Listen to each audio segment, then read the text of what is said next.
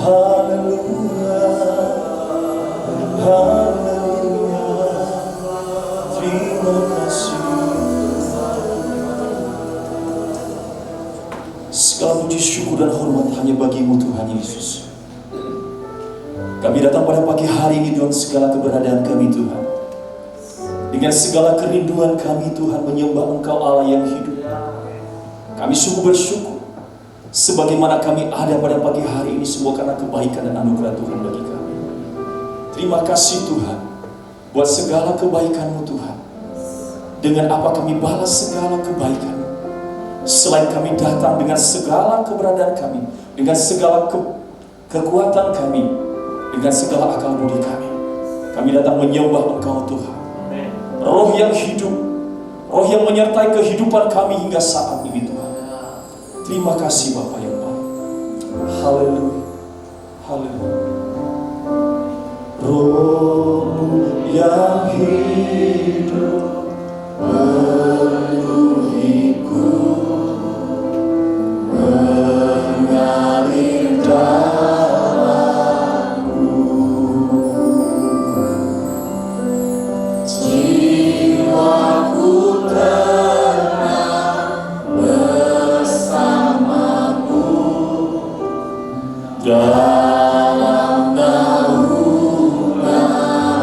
Mari kita buka hati kita, berkata, ku buka hati untuk jamahanmu, berserah penuh di hadiratmu. Kau ambil alih seluruh hidupku di altarmu. Saya tunggu Bapak Ibu Saudara bagi ini. Haleluya. Roh-Mu yang hidup penuhiku.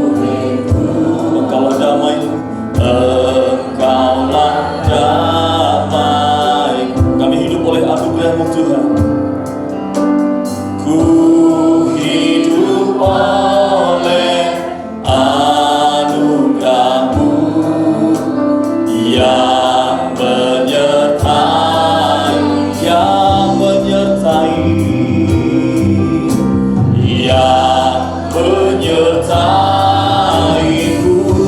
Ku buka hati, haleluya, amin, berserah penuh di hadiratmu. Kau ambil alih seluruh hidupku di altarmu, menyembahmu.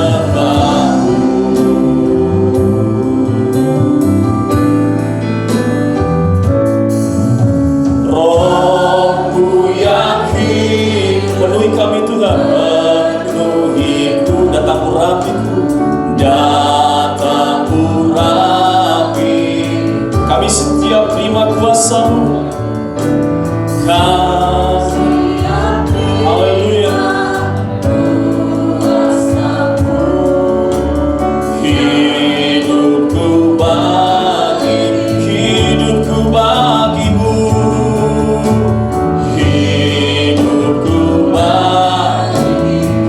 Ku buka hati, amin,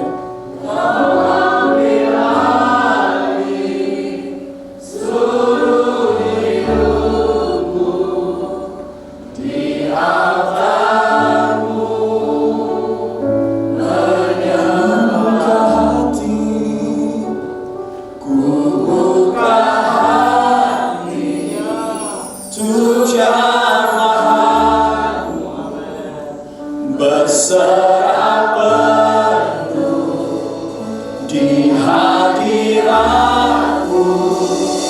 Kau ambil alih seluruh hidupku di atas menyembah-Mu. Buka hati, haleluya, amin,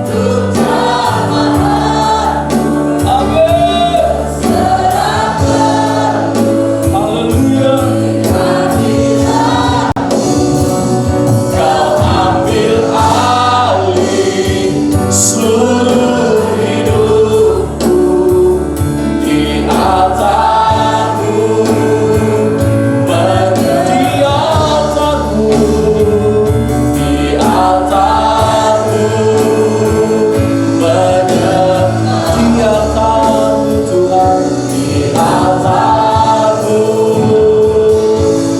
menyembah-Mu.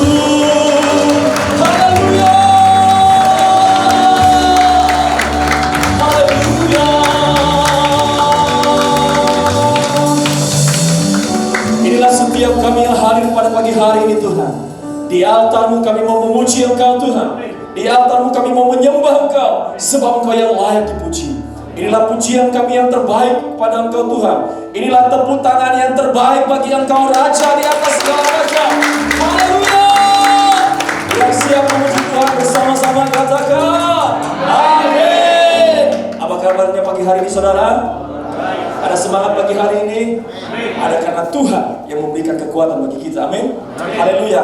Bisa berikan tepuk tangan sekali lagi yang mulia bagi Tuhan kita. Haleluya. Karena begitu dalamnya kasih-Nya, begitu panjang dan dalamnya kasih-Nya yang tidak terukur oleh kasih manusia. Amin. Haleluya.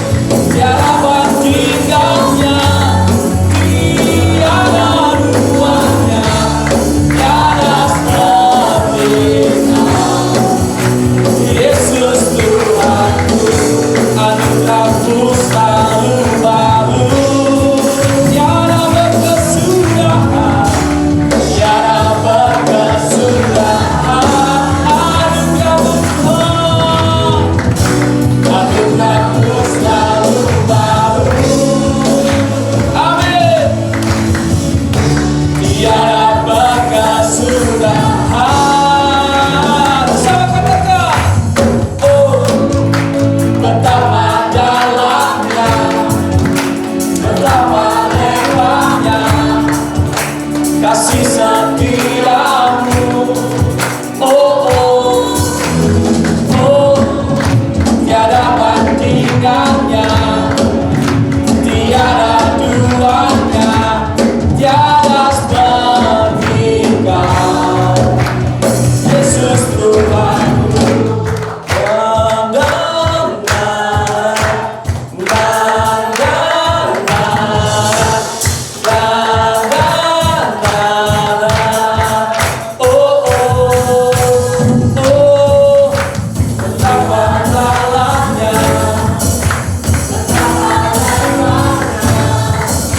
Kasih setiamu, oh, oh, haleluya, oh, tiada bandingannya, tiada duanya, tiada seperti Kau, Yesus Tuhanku, haleluya, tiada seperti Kau, tiada duanya, tiada seperti Kau, Yesus Tuhanku, haleluya, haleluya.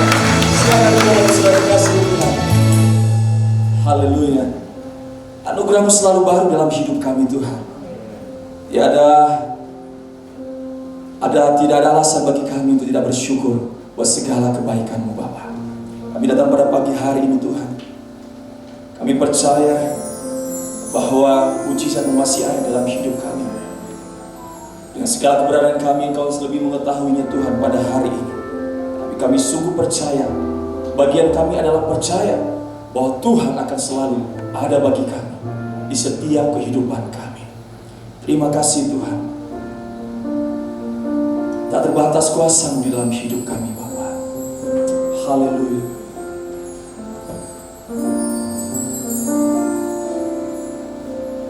Tak terbatas kuasa-Mu Tuhan. Semua dapat Kau lakukan. Amin. Apa yang kelihatan mustahil bagimu, itu sangat mungkin bagimu. Di saat kami tak berdaya, di saat ku tak berdaya, kuasa-Mu yang sempurna. Ketika ku percaya, mujizat itu nyata, bukan karena perbuatan, namun Roh-Mu ya Tuhan. Ketika ku berdoa, mujizat itu nyata.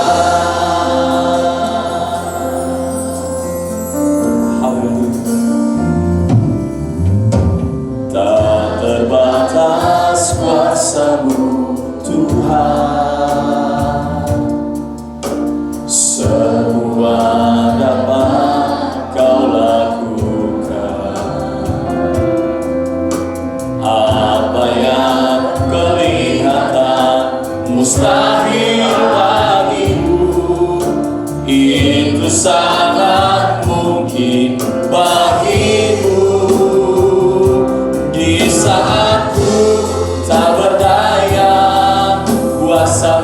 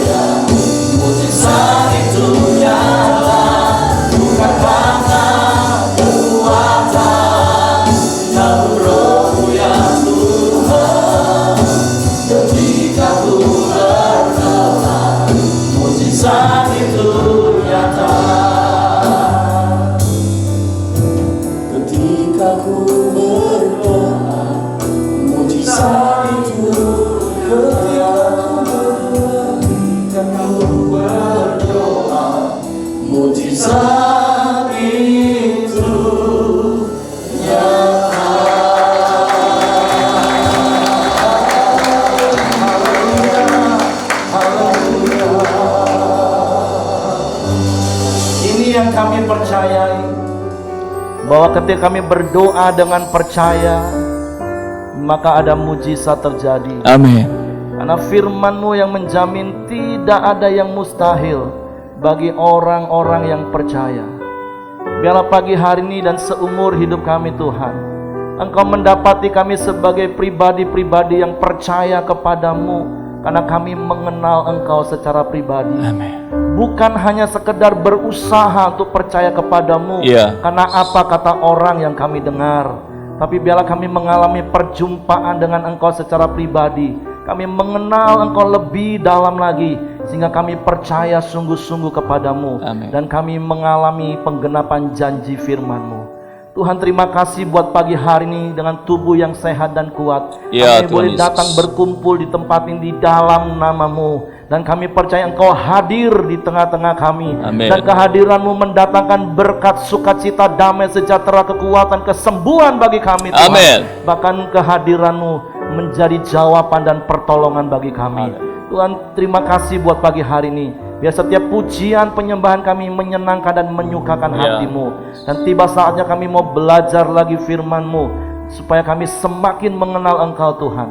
Betul, Roh Kudus, urapi hamba-Mu, urapi setiap kami, untuk kami boleh mengerti firman-Mu, memahami firman-Mu, percaya firman-Mu, dan kami melakukan firman-Mu. Di dalam nama Yesus Tuhan yang siap dengar firman, mari katakan amin. Silakan duduk Bapak Ibu. Shalom.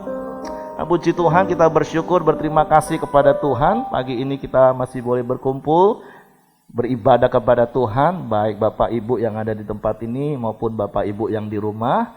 Saya tetap mendorong kita tetap setia dan sungguh-sungguh dalam Tuhan apapun yang terjadi, karena kita punya Tuhan yang sanggup melakukan segala perkara. Amin.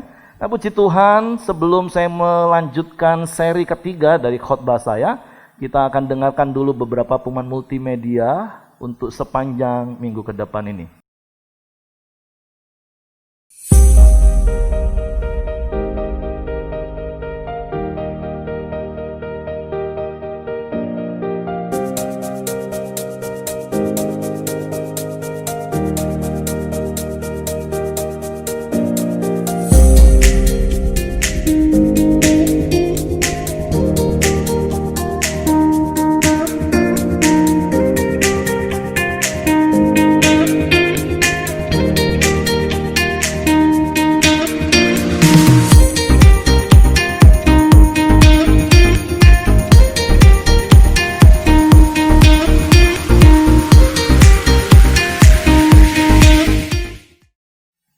Oke, kita bersyukur, berterima kasih sekali lagi kalau kita boleh ada sebagaimana kita ada dengan tubuh yang tetap sehat dan kuat.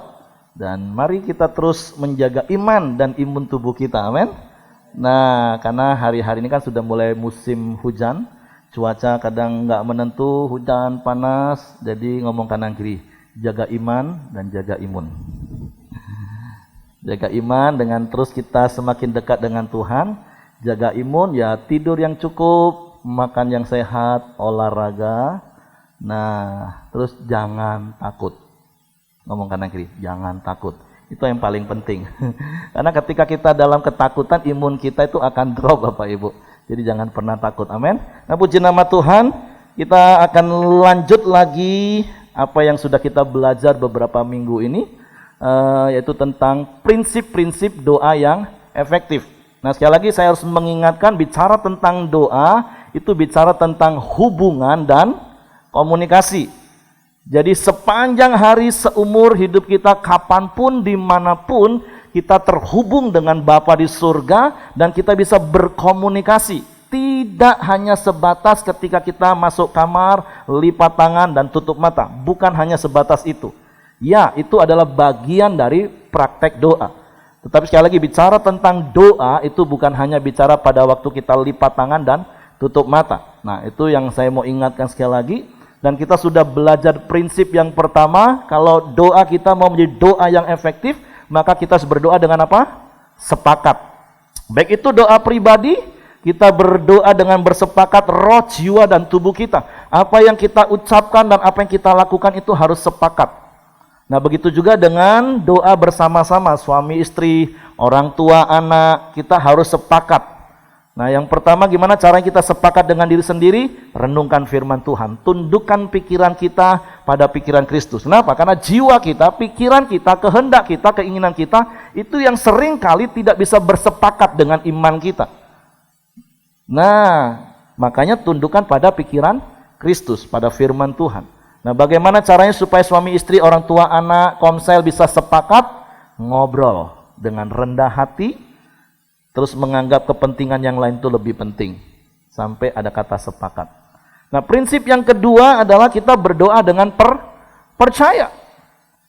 Jadi 2 minggu yang lalu saya sudah sampaikan bagaimana bedanya orang yang percaya dan orang yang berusaha untuk percaya. Orang yang percaya sekali lagi adalah orang yang berani mempercayakan seluruh hidupnya kepada Tuhan dan menyerahkan sepenuhnya keputusan dan caranya kepada Tuhan. Itu orang yang percaya. Tapi orang yang berusaha untuk percaya adalah orang yang kalau berdoa minta kepada Tuhan, maka dia yang mikirin dan dia yang ngatur gimana cara Tuhan menolong dia. Dan ujungnya apa? Kecewa. Nah, setelah saya sampaikan khotbah ini, setelah pulang ada satu jemaat yang tanya, "Pak, bukankah untuk kita bisa sampai level percaya dimulai dari kita berusaha untuk percaya?" Menurut Bapak Ibu betul atau enggak? Betul. Nah, hari itu ketika jemaat tanya gini, langsung saya jawab, salah. Loh, kok salah Pak? Bukankah untuk kita bisa sampai level percaya harus dimulai dari berusaha untuk percaya kepada Tuhan? Saya bilang salah, nggak bakalan bisa. Karena itu dua hal yang sangat berbeda. Contoh seperti ini, kalau Bapak Ibu punya uang 100 juta, terus mau serahkan dan percayakan kepada saya, Pak Heri, ini uang 100 juta, saya serahkan sepenuhnya kepada Bapak, mau Bapak apa-apain, bisnis apa, terserah, paling aku dapat untungnya saja, bagian kita, 40-60, nah serahkan. Pertanyaannya, kenapa Bapak Ibu berani menyerahkan uang 100 juta kepada saya? Karena percaya. Kenapa Bapak Ibu percaya sama saya? Karena kenal. Bukan karena kata orang sih Pak Heri itu jujur. Itu kan kata orang. Bapak Ibu kenal nggak dengan saya?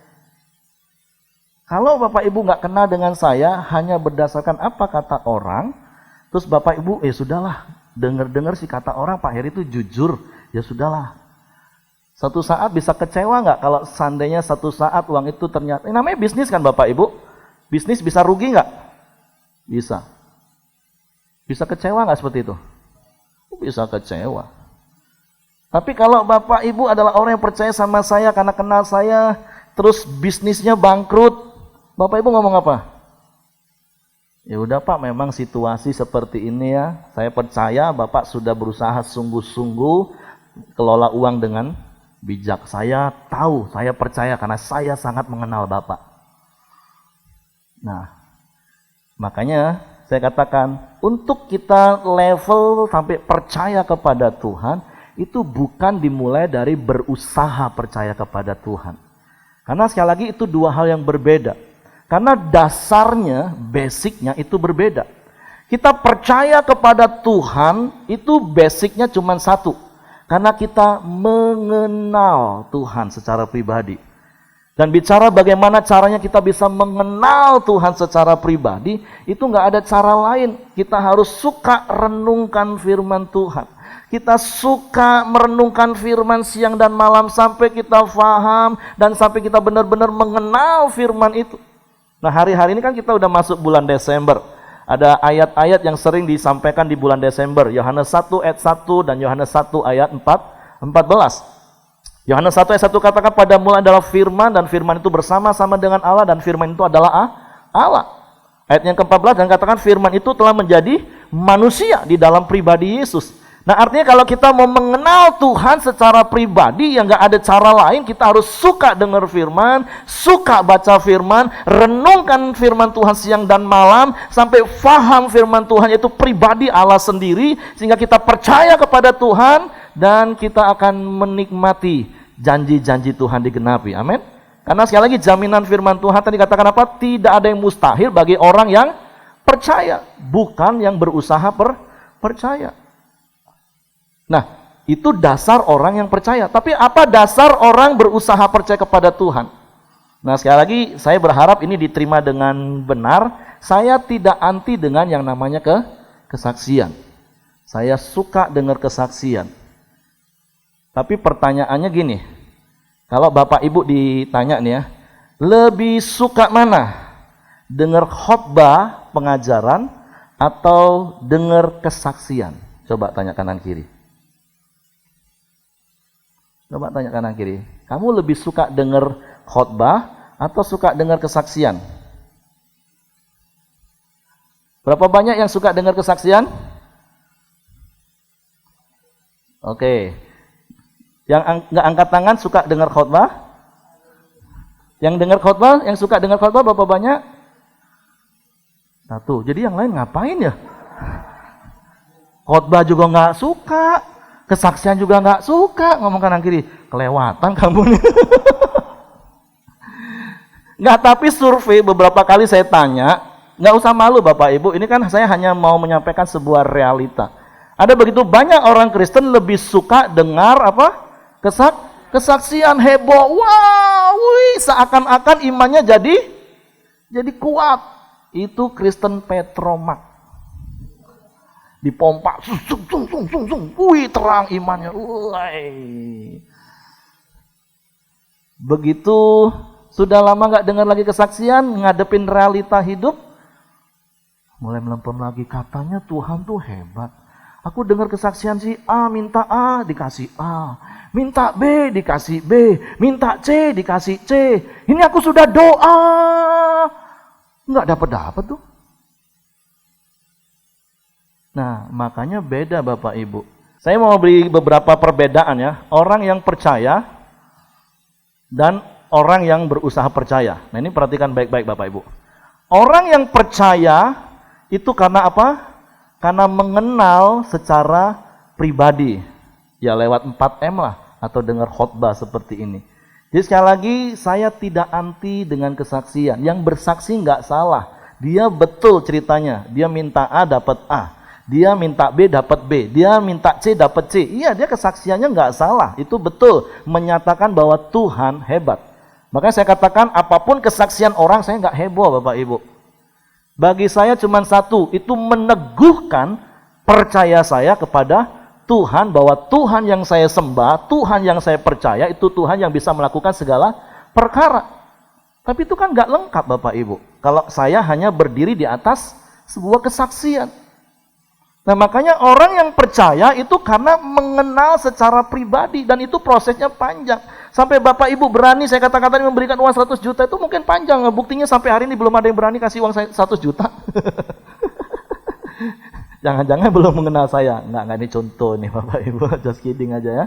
Nah orang yang percaya itu karena mengenal secara pribadi. Nah prinsip yang kedua, orang yang percaya itu percaya bahwa Tuhan itu apa? Selalu mendengar dan menjawab doanya.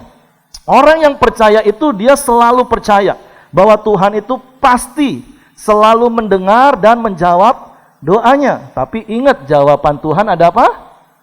Ada iya, ada tidak, dan ada tunggu.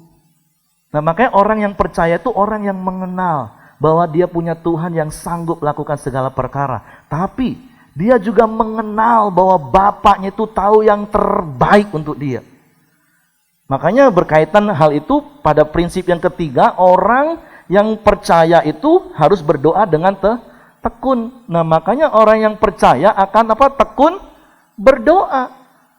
Artinya apa? Tetap memiliki hubungan dan komunikasi yang baik sekalipun Tuhan menjawab apa? Tidak untuk permohonannya. Nah nanti saya akan jelaskan apa bedanya dengan orang yang berusaha untuk percaya. Orang yang berusaha untuk percaya bukan tekun tapi ngotot. Nah, kalau kita baca di dalam 2 Samuel pasal 12 ayat 16 sampai 24. Nah, Bapak Ibu nanti boleh baca di rumah, tapi itu kisah tentang Daud yang berdoa dengan sungguh-sungguh kepada Tuhan. Untuk apa? Memohon kasih karunia Tuhan, memohon kemurahan Tuhan supaya anaknya sembuh. Daud orang percaya.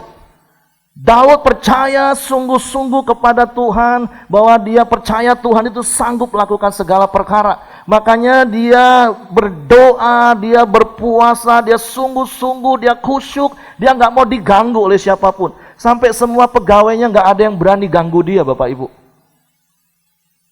Berhari-hari dia berdoa, puasa, nggak makan, nggak minum, nggak berurap, nggak mandi.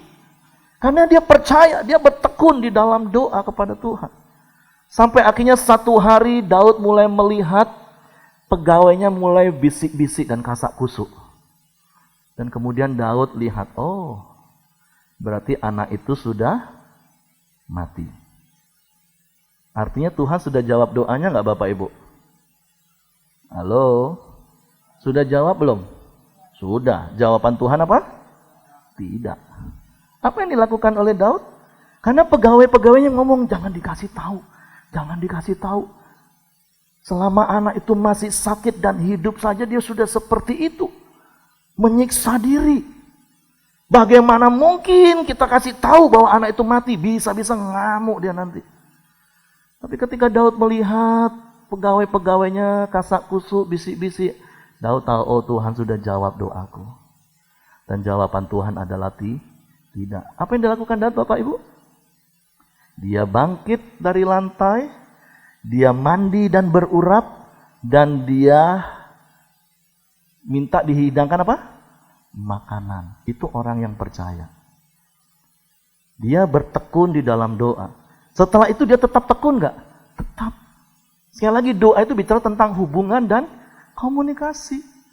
Daud tetap setia kepada Tuhan di seumur hidupnya. Dia tetap mengerjakan bagiannya, dia tetap percaya bahwa Tuhannya sanggup melakukan segala perkara. Dan dia tahu Tuhannya sanggup memberi yang terbaik bagi dia. Kalaupun Tuhan jawab tidak, dia tetap bersyukur, berterima kasih kepada Tuhan. Makanya dia makan, dia mandi. Coba tanya kanan kiri, kamu kalau doamu nggak dijawab, atau dijawab Tuhan tapi dijawab tidak, kira-kira seperti apa? Ngerajuk.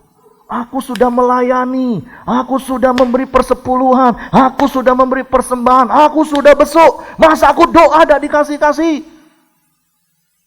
Nah, hati-hati. Jangan-jangan kita bukan orang percaya kepada Tuhan. Kita hanya orang-orang yang berusaha percaya sama Tuhan. Karena apa? Orang yang berusaha percaya kepada Tuhan itu seperti apa Bapak Ibu? Nah, ini orang yang berusaha percaya kepada Tuhan. Orang yang berusaha untuk percaya kepada Tuhan itu kenapa? Karena terobsesi oleh kesaksian orang lain. Wah iya ya hebat ya, si A itu minta A langsung dikasih A sama Tuhan. Seakan-akan Tuhan itu, bagian yang kedua, orang yang berusaha percaya kepada Tuhan itu adalah percaya bahwa Tuhan akan selalu apa? Melakukan apa yang dia doakan. Karena dia dengar kesaksiannya seperti itu kan? Orang itu minta A dikasih A. Orang itu minta B dikasih B. Orang itu minta C dikasih C. Nah, dengan dasar itu dia berusaha untuk percaya kepada Tuhan. Karena konsepnya adalah Tuhan itu akan melakukan apa yang dia doakan, seperti yang dia dengar. Nah, ini paradigma mindset yang harus dirubah. Yang benar itu adalah Tuhan itu selalu mendengar dan menjawab doa kita. Yang percaya katakan amin. Tapi jawaban Tuhan bisa iya, bisa tidak, bisa tunggu. Tapi orang yang hanya berusaha untuk percaya karena dengar kesaksian orang, dia punya prinsip Tuhan itu harus melakukan apa yang dia minta. Dan instan lagi. Karena biasa kesaksian kan gak diberi waktu panjang kan. Tidak diceritain prosesnya gimana sampai dia mendapat jawaban Tuhan. Kan cuman singkat, iya puji Tuhan, kita punya Tuhan yang dahsyat, Tuhan yang hebat. Saya minta rumah, dikasih rumah, haleluya. Oh kan cuman gitu. Seakan-akan instan sekali Tuhan itu melakukan apa yang kita minta. Dan akibatnya apa Bapak Ibu? Kalau orang yang berusaha percaya kepada Tuhan itu, dia itu akan tetap ngotot berdoa. Dan biasanya maaf. Orang yang tipe seperti ini kelihatannya lebih sungguh-sungguh, lebih beriman dalam tanda kutip dibanding orang yang percaya. Karena doanya biasanya lebih ngotot Bapak Ibu. Doanya lebih Tapi sampai akhirnya apa? Kecewa. Karena Tuhan tidak melakukan apa yang dia minta. Ada tokoh Alkitab yang kita mau belajar, Ayub. Ayub pasal 42 ayat 5 dan 6, terus pasal ayat 10 sampai 16. Nah ini ending dari kisah Ayub. Dulu awal-awal saya jadi orang Kristen, kan selalu dengar khotbah tentang Ayub itu cuma pasal 1 sampai pasal 2. Oh Ayub itu orang yang saleh. Ayub itu orang yang takut akan Tuhan. Ayub itu orang yang mengucap syukur dalam segala keadaan. Karena di pasal 1, pasal 2 kan akhirnya semua anaknya mati, semua ternaknya habis, bahkan sampai akhirnya apa? Dia berpenyakit dan istrinya pun nyuruh dia mati. Di pasal 1, pasal 2 Ayub masih bisa ngomong apa? Terpujilah Tuhan. Dia yang memberi, dia yang mengambil. Wih rohani loh Bapak Ibu. Tapi coba pasal-pasal berikutnya. Apa yang terjadi dengan Ayub? Ketika dia dihibur, dia maki-maki sahabat-sahabatnya datang menghibur. Penasehat, sialan kalian itu. Bahkan dia marah, mengutuk hari kelahirannya. Lebih baiklah aku tidak pernah lahir daripada lahir di bawah matahari seperti aku melihat keadaan seperti ini. Wah, panjang itu berapa pasal Bapak Ibu. Sampai pada satu titik di dalam Ayub pasalnya yang ke-42. Ayat yang ke-5 mulai. Alasannya ternyata jelas. Kenapa Bapak Ibu? Hanya dari kata orang saja aku mendengar tentang engkau. Tetapi sekarang mataku sendiri memandang engkau. Oleh sebab itu aku mencabut perkataanku dan dengan menyesal aku duduk dalam debu dan abu. Nah pembelajaran kitab Ayub itu dalam banget Bapak Ibu. Kan firman Tuhan Paulus pernah ngomong kayak gini kepada jemaat di Korintus. Semua yang ditulis di dalam firman Tuhan itu bermanfaat untuk menjadi contoh dan menjadi peringatan. Apa yang kita lihat dan kita dengar, kita baca baik, itu kita contoh seperti Daud. Tapi apa yang tidak baik dari sisi Daud juga, dari sisi hidup Ayub yang gak baik, itu jadi peringatan kita. Artinya saya mau katakan seperti ini loh. Ya di awal Ayub sepertinya dia kuat. Karena dia sering dengar apa kata orang tentang Tuhan. Dan dia mengalami realita. Hidupnya diberkati, ternaknya banyak, anaknya 10, ganteng dan cantik-cantik. Tapi ternyata itu bukan karena pengenalan secara pribadi. Ya karena pada umumnya, secara umum saya mau katakan, kalau engkau rajin kerja, engkau sungguh-sungguh kerja, ya kau pasti punya banyak uang kok. Tapi ini kan saya tidak sedang bicara tentang kau punya banyak uang atau enggak. Tapi apakah engkau mengenal secara pribadi Tuhanmu? Sehingga engkau berani mempercayakan seluruh hidupmu kepadanya. Engkau berani menyerahkan seluruh keputusan dan cara kepada Tuhan. Dan ketika Ayub mulai bersungut, dia mulai mengutuk hari kelahirannya, dia sensi, dia gampang tersinggung, dia marah kepada semua orang. Pertanyaannya adalah apakah keadaannya berubah hari itu? Enggak. Dia semakin terpuruk dalam doa sayang diri. Ini istilah kami dulu waktu jadi pengerja, doa sayang diri.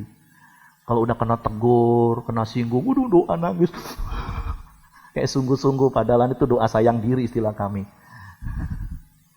udah ditegur, dinasehati, doanya sungguh sepertinya. Itu tipe orang yang berusaha percaya sama Tuhan itu kayaknya lebih sungguh-sungguh dari orang yang percaya. Karena orang yang percaya pada Tuhan itu tenang. Doanya juga tenang, nggak ngotot. Karena dia percaya Tuhannya sanggup lakukan segala perkara. Dan dia juga percaya Tuhannya tahu memberi yang terbaik. Kalau Tuhan yang ngomong tidak, ya sudah terima kasih Tuhan. Karena engkau tahu yang terbaik. Nah itu orang percaya. Nah beda. Makanya seperti Ayub ngomong di pasal 42 ayat 5, hanya dari kata orang saja aku mendengar tentang engkau. Hanya dari kesaksian orang aku dengar. Jadi ngomong kanan kiri yuk, lebih suka dengar khotbah yuk. Sekali lagi kesaksian gak salah dengar. Tapi apapun kesaksian itu hanya meneguhkan kita untuk semakin percaya kepada Tuhan. Jangan dijadikan dasar untuk kita berusaha kepada Tuhan. Sehingga kita punya pemahaman Tuhan itu harus melakukan apa yang kita minta. Dan Ayub katakan, oleh sebab itu aku mencabut perkataanku dan dengan menyesal aku duduk dalam debu dan abu. Nah kemudian Ayub tekun. Nah kalau Bapak Ibu baca di ayatnya yang ke-10 kemudian, sampai ayat yang ke-16, dari Ayub pasal 42 tadi, maka ketika Ayub bertobat, ketika Ayub mengerti dan mengenal Tuhan secara pribadi, apakah tiba-tiba juga kondisinya jadi berubah Bapak Ibu? Enggak otomatis. Memang ayat 10 sampai 16 katakan semua saudara-saudaranya datang dan memberikan modal, memberikan uang 1 kesita, memberikan cincin. Dan kemudian Ayub masih hidup berapa lama lagi. Dan kemudian Tuhan memberikan lagi anak 10 orang lagi. Kan tidak dalam sekejap mata kan 10 anak lahir Bapak Ibu. Prosesnya panjang. Anggaplah 1 tahun 1. Itu berarti prosesnya berapa tahun? 10 tahun. Dari uang 1 kesita dari masing-masing saudaranya. Terus dia kerja lagi sungguh-sungguh dengan bertekun kepada Tuhan. Sampai dia punya harta yang banyak lagi. Itu proses. Bukan instan Bapak Ibu. Makanya jangan dasari percayamu kepada Tuhan apa kata orang. Sehingga seakan-akan semua harus instan. Ujungnya apa? Kecewa. Karena ngotot. Nah makanya yuk kita bertekun di dalam firman. Bertekun di dalam pengenalan akan Tuhan. Ini prinsip yang ketiga langsung nyambung Bapak Ibu. Jadi orang kalau mau doanya adalah doa yang efektif, harus berdoa dengan tekun.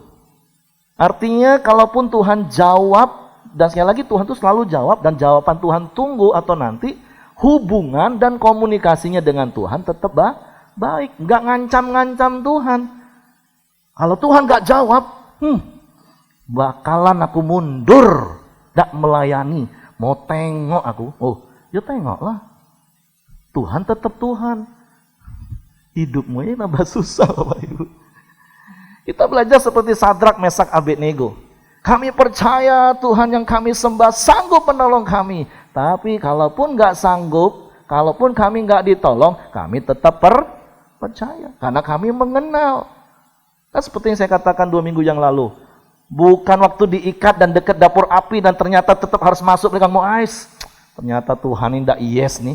Enggak seperti itu. Karena mereka percaya, bukan berusaha percaya. Kenapa mereka percaya? Karena mereka benar-benar mengenal. Seperti pemazmur Daud katakan, sekalipun aku berjalan di dalam lembah kekelaman, aku tidak takut bahaya, sebab gadamu dan tongkatmu itu yang menyertai aku. Jadi sekali lagi ini perbedaannya Bapak Ibu. Jadi untuk percaya kepada Tuhan bukan dimulai dengan berusaha untuk percaya, bukan. Tapi kalau engkau mau bisa percaya kepada Tuhan, engkau harus mengenal Tuhanmu secara pribadi. Dan gimana cara engkau mengenal? Dengar firman, baca firman, renungkan firman siang dan malam, fahami firman, otomatis percaya. Amin. Dan kita akan menjadi orang-orang yang tekun. Artinya tekun itu apa? Ketekunan adalah bukti dari percaya kita kepada Allah yang kepadanya kita berdoa. Itu tekun. Karena tekun itu apa artinya Bapak Ibu? Tekun itu artinya gini. Nah ini tekun versi ngotot yang tadi saya udah jelasin. Nah, orang yang tekun bahasa Indonesia itu katakan gini, Kamus Besar Bahasa Indonesia, rajin. Dia akan tetap rajin berkomunikasi dengan Tuhan, nggak ngambek. Karena dia percaya sama Tuhan. Terus dia selalu dan kerap kali dan terus menerus.